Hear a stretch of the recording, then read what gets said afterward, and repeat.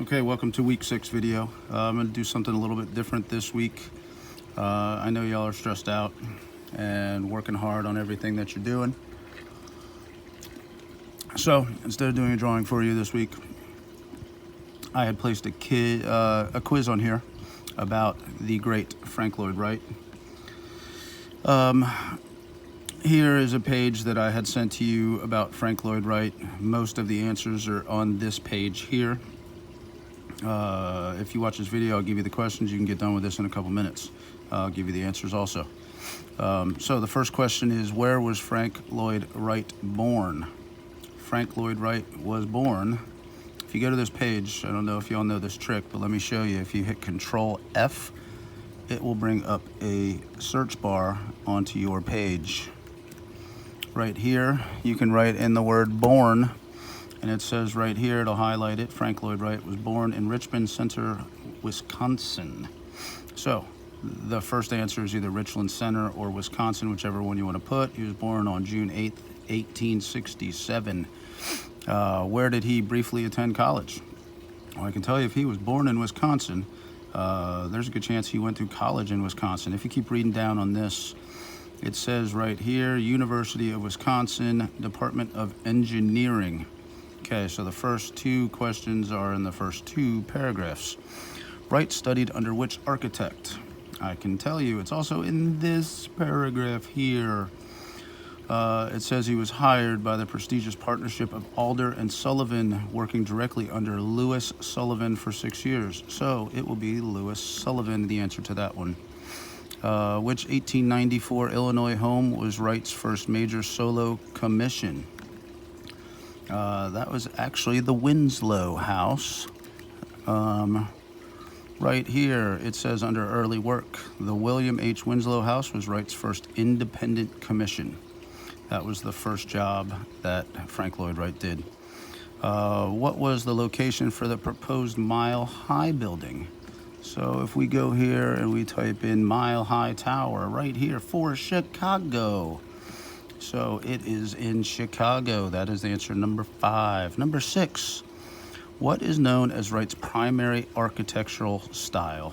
Frank Lloyd Wright was known to do something that was called prairie style.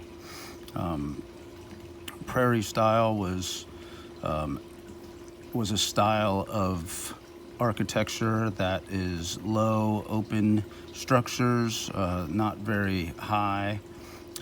They were very boxy, very long, very straight-lined, which I also just gave you the answer to number 8.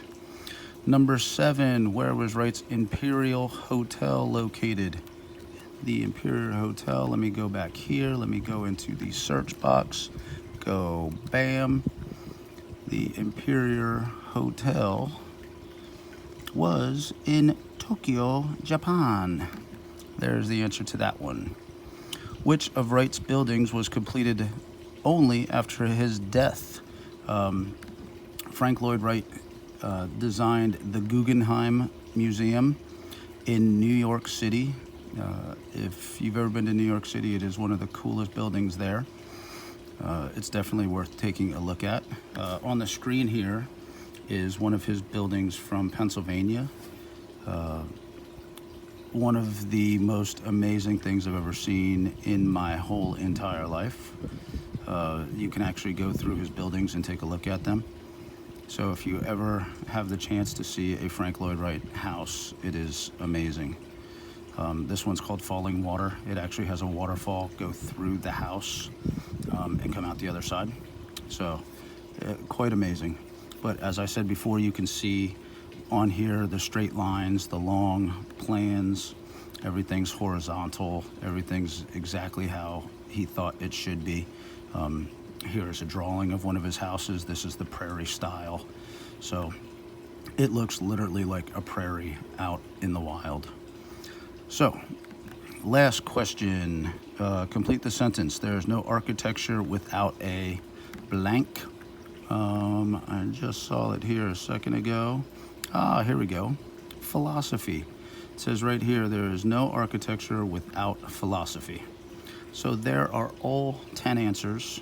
You can thank me later There is no reason for anybody to get a 0 this week. If you took the quiz already and you didn't get a 10 out of 10, don't worry, I'll go back and fix that. So I'll make sure that your hard work is rewarded. Everybody have a great day. Be safe. See you next time.